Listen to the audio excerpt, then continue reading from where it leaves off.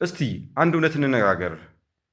አብዛኛው ህመማችን፣ አብዛኛው ትካዜያችን፣ አብዛኛው ድህነታችን የሚመነጨው ማድረግ ያለብንን ነገር ባለማድረጋችን ነው።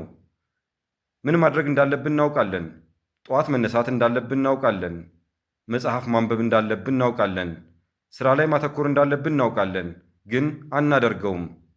የምንፈልገውን ሕይወት እንዳንኖር የሚከለክለን ማን ነው? መልሱ ቀላል ነው፤ እኛው ራሳችን። ይህንን ሁኔታ በስነ ልቦና ሰልፍ ሳቦቴጅ ወይም ራስን ማሰናከል እንለዋለን። ብዙ ጊዜ ሰዎች ራስን ማሰናከል ሲባል አንድ ሰው ሆን ብሎ ራሱን እንደሚጎዳ፣ እንደሚጠላ ወይም እንደሚቀጣ አድርገው ያስባሉ። ነገር ግን ነገሩ እንደዛ አይደለም። ራስን ማሰናከል ማለት በውስጣችሁ ሁለት የተለያዩ እርስ በርስ የሚጋጩ ፍላጎቶች ሲኖሩ የሚፈጠር ጦርነት ነው። አንደኛው ወገን የንቁ አእምሯችሁ ወይም ኮንሽየስ ማይንድ ነው። ይህ ክፍል በሎጂክ የሚያስብ፣ ነገሮችን የሚያቅድ፣ ነገን የሚያልም የጭንቅላታችሁ ክፍል ነው። ይህ ክፍል ምን ይላል?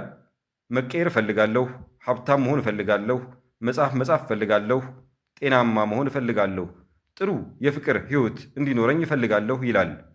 ይህ ፍላጎታችሁ እውነተኛ ነው።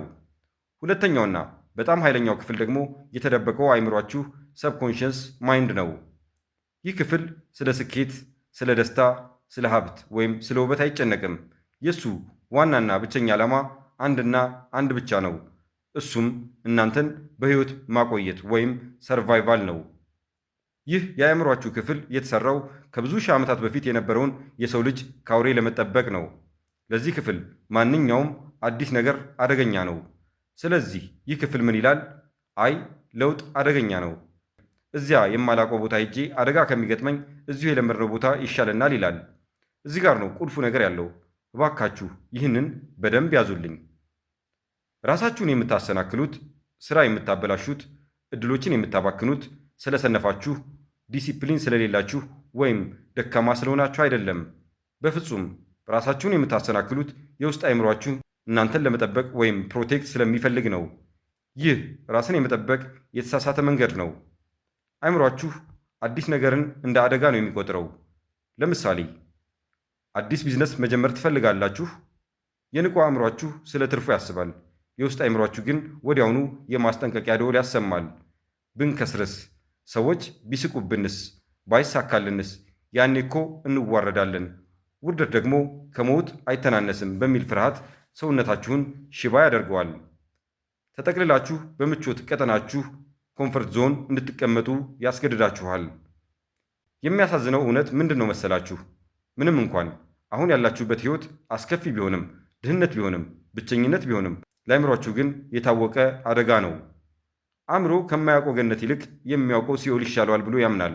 ምክንያቱም በሲኦሉ ውስጥ እንዴት መኖር እንዳለበት፣ ህመሙን እንዴት መቋቋም እንዳለበት ስለተለማመደው ነው። አዲሱ ሕይወት ግን ምንም እንኳን የተሻለ ቢሆንም የማይታወቅ ስለሆነ ለአእምሮ ያስፈራዋል። ስለዚህ ራስን ማሰናከል ማለት ራስን መጥላት ሳይሆን የውስጥ ልጅነታችሁን ወይም የውስጥ አእምሯችሁን አደጋን ለመከላከል የሚያደርገው የተሳሳተ ጥረት ነው። ይህንን ስትረዱ ራሳችሁን መውቀስ ትታችሁ ወደ መፍትሔው መሄድ ትችላላችሁ። ራሳችንን የምናሰናክልባቸው ድብቅ መንገዶች። ታዲያ ይህ ራስን ማሰናከል በዕለት ተዕለት ሕይወታችን እንዴት ነው የሚገለጠው? ዝም ብሎ አልሰራም ብሎ እጅን አጣጥፎ መቀመጥ ብቻ አይደለም።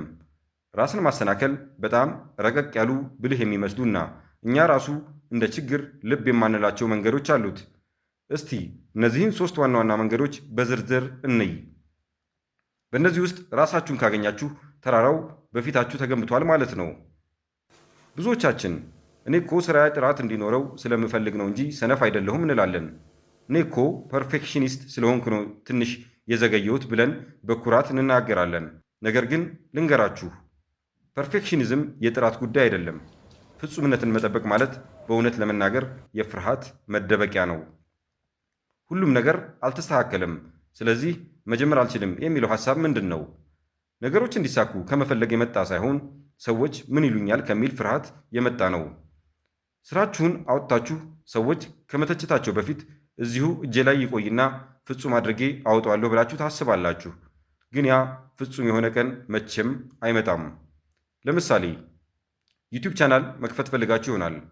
ካሜራው ገና አልተገዛም፣ ኤዲቲንግ በደንብ አልችልም፣ መብራቱ አልተስተካከልም፣ ስቱዲዮ የለኝም እያላችሁ ለወራት ወይም ለዓመታት ከቆያችሁ ይህ ፍጽምና መጠበቅ ሳይሆን ራስን ማሰናከል ነው። ነገሮች እስኪስተካከሉ መጠበቅ ማለት ሕይወትን ቆሞ መጠበቅ ማለት ነው። ፍጹም የሆነ ጊዜ የለም። ፍጹም የሆነ ዝግጅት የለም። ፐርፌክሽኒዝም ማለት ከተሸነፍኩ ወይም ከተሳሳትኩ ያሳፍረኛል፣ ስለዚህ ጨርሶ አለመሞከር ይሻለኛል የሚል የውስጥ ድምፅ ነው። ይህ ትልቁ የተራራው ክፍል ነው። ሌላኛው ደግሞ የስሜት ማስታገሻ ይባላል። ይህኛው በሽታ በጣም የተለመደ ነው። ሁላችንም እናውቀዋለን። ወሳኝ ስራ አለባችሁ። የትምህርት ቤት አሳይመንት ሊሆን ይችላል፣ የሥራ ሪፖርት ሊሆን ይችላል፣ ወይም ቢዝነስ ፕላን ማዘጋጀት። ዴድላይን ደርሷል። ግን እናንተ ምን ታደርጋላችሁ? ስልካችሁን አንስታችሁ ቲክቶክ ላይ ስክሮል ታደርጋላችሁ፣ ወይም ፌስቡክ ላይ ኮሜንት ታነባላችሁ። ድንገት ተነስታችሁ ቤት ማጽዳት ትጀምራላችሁ። ያልነበረ ጨዋታ ትከፍታላችሁ። ይህ ስንፍና ነው? አይደለም። ስነ ልቦና እንደሚያሳየው ከሆነ ይህ ኢሞሽናል ሬጉሌሽን ፕሮብሌም ወይም የስሜት መቆጣጠር ችግር ነው። ነገሩ እንዲህ ነው። ያንን ከባድ ሥራ ስታስቡ፣ ለምሳሌ መጽሐፍ ማንበብ ወይም ሪፖርት መጻፍ፣ አእምሯችሁ ጭንቀት፣ ፍርሃት፣ መሰልቸት ወይም ደህንነት ማጣት ይሰማዋል። የሥራ ህመም ይፈጥርበታል። ሰውነታችን ደግሞ ህመምን ይሸሻል። ስለዚህ ያንን መጥፎ ስሜት ለማስታገስ አእምሯችሁ ፈጣን ደስታ ወይም ዶፓሚን ወደሚገኝበት ቦታ ይወስዳችኋል። ሶሻል ሚዲያ፣ ጌም ወይም ምግብ ፈጣን ደስታ ይሰጣሉ። ስለዚህ የሥራ ማኔጅመንት ችግር ሳይሆን የስሜት ማሰብ አደገኛ በሽታ ነው። ሰዎች ሰጎን አሸዋ ውስጥ ጭንቅላቷን ትቀብራለች እንደሚሉት አይነት ነው። አስቸጋሪ ንግግሮችን መሸሽ፣ በትዳር ውስጥ ያለን ግጭት ከመፍታት ይልቅ ዝም ብሎ መኖር፣ የባንክ ሂሳብን አለማየት፣ ገንዘብ እንደሌለ ስለምታውቁ ላለመጨነቅ፣ ወይም መወሰን ያለባችሁን ውሳኔ አለመወሰን። ሰዎች በሥራ መጠመድ፣ ቢዚነስ ራሱ አንዱ የማምለጫ መንገድ እንደሆነ ያውቃሉ። አንዳንድ ሰዎች ከራሳቸው ስሜት ለመሸሽ ብለው ሳያርፉ ይሰራሉ። ብቻቸውን ከሆኑ ጸጥ ካለ ያ የደበቁት ህመም ስለሚመጣባቸው በጩኸት፣ በሥራ፣ በጓደኛና በመጠጥ ራሳቸውን ይወጥራሉ። እውነታውን መጋፈጥ ይፈራሉ። ግን ችግሩ እየጠፋ ነው አይደለም። በውስጣችሁ ተራራ ሆኖ እየተቆለለ እየቦካ ፈንድቶ እስኪወጣ ድረስ እየጠበቀ ነው። በጊዜ ያልተከፈለ ዕዳ ወለዱ በዝቶ ንብረት እንደሚያስወርሰው ሁሉ የተሸሸገ ስሜትም አንድ ቀን አእምሮን ያከስራል። ለምን ለውጥን እንፈራለን? እስቲ ወደ ጥልቁ እንግባ። ከላይ ያየናቸው ምልክቶች ናቸው። በሽታው ግን ስሩ ሌላ ነው። ለምንድን ነው ጥሩ የሆነውን ነገር የምንፈራው? ብዙዎቻችን አፐር ሊሚት ፕሮብሌም ወይም የላይኛው ወሰን ችግር የሚባል ስነ ልቦናዊ እክል አለብን። ይህ ጽንሰ ሐሳብ በጌ ሄንሪክ ዘ ቢግ ሌፕ መጽሐፍ ላይ በደንብ የተብራራ ሲሆን ብሪያና ውስተም ተራራው እናንተ ናችሁ መጽሐፏ ላይ ታነሳዋለች። ነገሩ እንዲህ ነው። ሕይወታችን በተወሰነ ደረጃ ሲሻሻል ድንገት የሆነ ነገር እናበላሻለን። አስተውላችሁ ታውቃላችሁ? ድንገት ብዙ ገንዘብ ስናገኝ ቶሎ እናባክነዋለን። በጣም ጥሩ ሰላማዊ የሆነ የፍቅር ግንኙነት ሲኖረን ያ ሰላም ያስደነግጠንና ምክንያት ፈልገን ጸብ እንጭራለን። ጤንነታችን ሲስተካከል ድንገት መልሰን አመጋገባችንን እናበላሻለን። ለምን? ሰላም አንወድም እንዴ? ሀብታም መሆን አንወድም እንዴ? እንወዳለን። የተለመደው የደስታ መጠናችን ባዝላይን ሃፒነስ ላይ ነው። ይህ ልክ እንደ ቤታችሁ የሙቀት መቆጣጠሪያ ነው። ቴርሞስታት። እስቲ ያስቡት፣ አንድ ክፍል ውስጥ ያለው ቴርሞስታት 20 ዲግሪ ላይ ተስተካክሏል። የክፍሉ ሙቀት ፀሐይ ወጥቶ ወይም እሳት ተነዶ ወደ 30 ዲግሪ ቢጨምር ምን ይፈጥራል? ቴርሞስታቱ ይነሳና ማቀዝቀዣውን በማብራት ሙቀቱን ወደ 20 ዲግሪ ያወርደዋል። ልክ እንደዚሁ እናንተ በሕይወታችሁ ለረዥም ጊዜ በጭንቀት፣ በችግር፣ በብቸኝነት ወይም በድህነት መኖርን ከለመዳችሁ አእምሯችሁ የለመደው የሙቀት መጠን ጭንቀት ነው። የእናንተ ኖርማል ማለት ጭንቀት ማለት ነው። ድንገት ሰላም ሲሰማችሁ፣ ስኬታማ ስትሆኑ የደስታ መጠናችሁ ይጨምራል። በዚህ ጊዜ የውስጥ ፕሮግራማችሁ ይደነግጣል። አእምሯችሁ ምን ይላል? ቆይ ይሄ እኮ ለእኛ አይደለም፣ ይሄ ለእኔ አይገባኝም፣ ወይም አሁን ከዚህ በኋላ የሆነ መጥፎ ነገር ሊፈጠር ነው፣ እንዲህ ደስ ሊለኝ አይችልም፣ ሰላም ለእኔ አይገባም ብሎ ያስባል። ሰውየው ከመጠን በላይ ሲስቅ ቆይ የዚህን ሳቅ መጨረሻ ያሳምረው፣ ዘንድሮ ክፉ ሊመጣ ነው እንደሚለው ማለት ነው። ስለዚህ አእምሯችሁ ወደ ለመደው ጭንቀት፣ ወደ ለመደው ድህነት፣ ወደ ለመደው ጸብ ለመመለስ ሳያውቀው ነገሮችን ያበላሻል። ጓደኛችሁ ላይ ትጮኻላችሁ፣ የሥራ ቀጠሮ ታሳልፋላችሁ፣ ገንዘቡን ትበትናላችሁ። ራሳችሁን የምታሰናክሉት ወደ ታች ለመውረድ ሳይሆን ወደ ለመዳችሁት የሙቀት መጠን ለመመለስ ነው።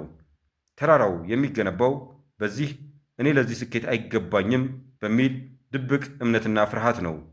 ይህንን ፓተርን ካልሰበራችሁት ዕድሜ ልካችሁን ወደ ላይ ወጥታችሁ እየተንሸራተታችሁ መውረድ ይሆናል። መፍትሄው ተራራውም መውጣት ነው። ችግሩን በደንብ አብራርተነዋል። የምልክቶችን ምንነት አይተናል። የበሽታውን ምንጭ አውቀናል። ታዲያ መፍትሄው ምንድን ነው? እንዴት ነው ይህንን የተቆለለ ተራራ አፍርሰን ወደምንፈልገው ሕይወት የምንሄደው?